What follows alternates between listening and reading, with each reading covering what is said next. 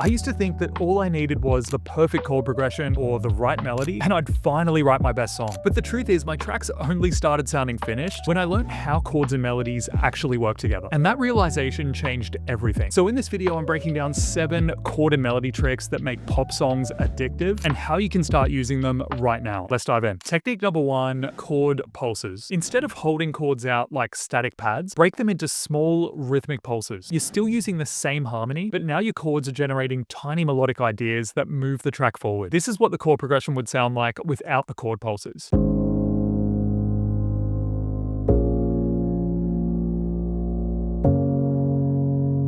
And then if we simply break up the chord using only the harmony within each one, we can get something like this.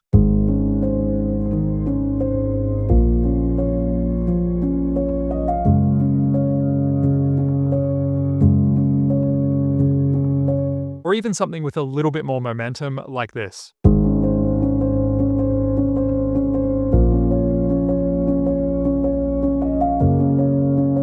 It turns your harmony from a background wallpaper into a hookable motif. They're the same notes with a different delivery, and suddenly you've got rhythm, hook, harmony, motif all in one. But how do you make sure it actually goes somewhere? And that brings us to technique number 2, the melody arc. Big pop choruses don't just come from adding more layers. They come from the shape of the melody, how it rises, stretches, and lands. Think of your track like a skyline. It's not just one long build, it's shaped. Check out this example.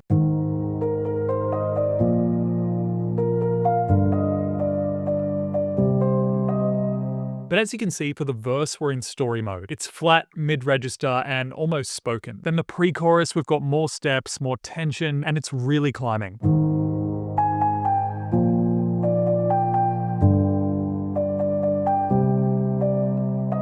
And then for the chorus, we hit that skyline. Big jumps, longer notes, and a higher register.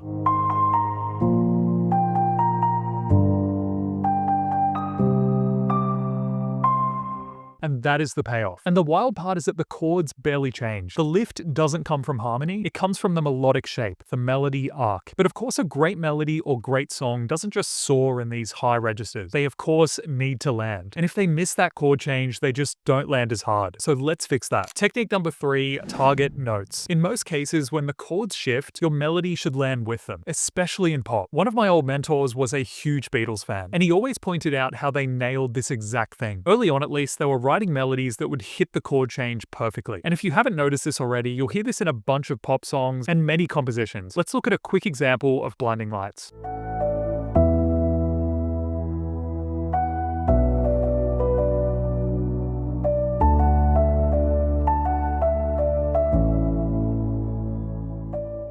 Of course, there are many exceptions to this rule, and this is just a tool that you can use. But when it works in, say, the entry of a chorus or a meaningful chord change, it really lands. Because it's not just the melody or the chords, it's how they lock together. And that's what makes a chorus stick. But what if all you've got are the chords themselves? And can they still hook the listener without a melody on top? Technique number 4, motion chords. If the track feels a bit static, try giving the chords motion instead of adding more layers. Lean On is a classic example. Here it is before without any movement. And here it is after the rhythm's been added.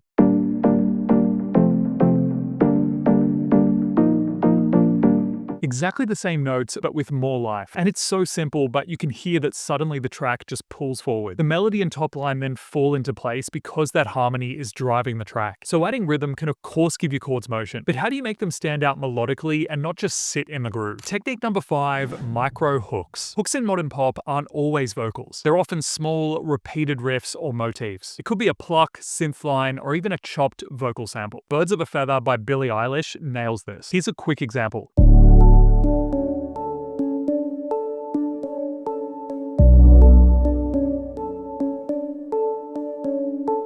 It's more cyclical than melodic, so it's a loop-based hook that repeats with minimal change, so you get that hypnotic effect. It's Okay, I'm Okay uses a similar trick, with a tight motif and a small variation. Here's a quick example.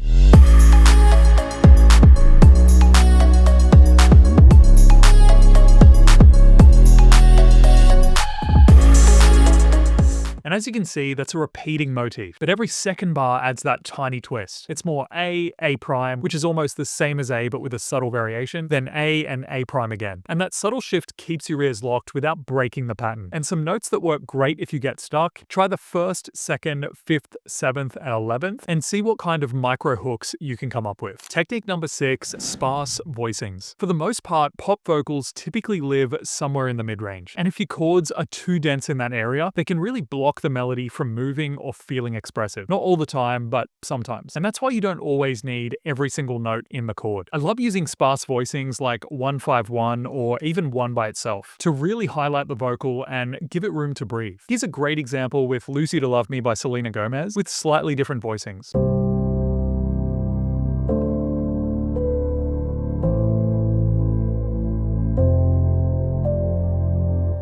Notice how we're mostly using root 5th and then just the 1st of the scale on top. Minimal notes, but of course maximum space to write your melodies over. It can be great to stack full triads and lush extensions, but sometimes they can end up competing with your own melody. And for me personally, if I am going to fill it out with extensions and whatnot, I'll typically do this once the melody's down. So fewer notes equals more space. But how do you then stop it from feeling empty? Technique number 7, chord colors and modes. Most pop chord progressions are recycled until you really hear one that hits different, like it's from another world. That's usually thanks to modal borrowing or unexpected chord colors. Royals by Lorde is a perfect example. It uses the Mixolydian mode. This means that in a major key, chord 7 becomes major instead of diminished. Here's a quick example.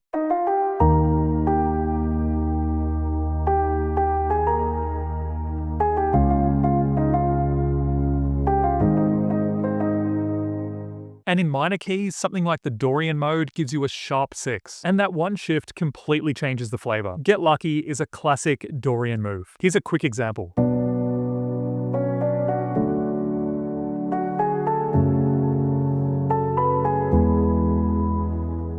Same root note, no key changes, and it's a completely different world. And it gives it a really unique sound. These subtle color shifts control the identity of a song without changing the progression. And if you're finally ready to start writing and producing release-ready tracks consistently, and you want my direct help to make that happen, just click the link below and book a call. Don't forget to like, comment, and subscribe, and I'll see you in the next one.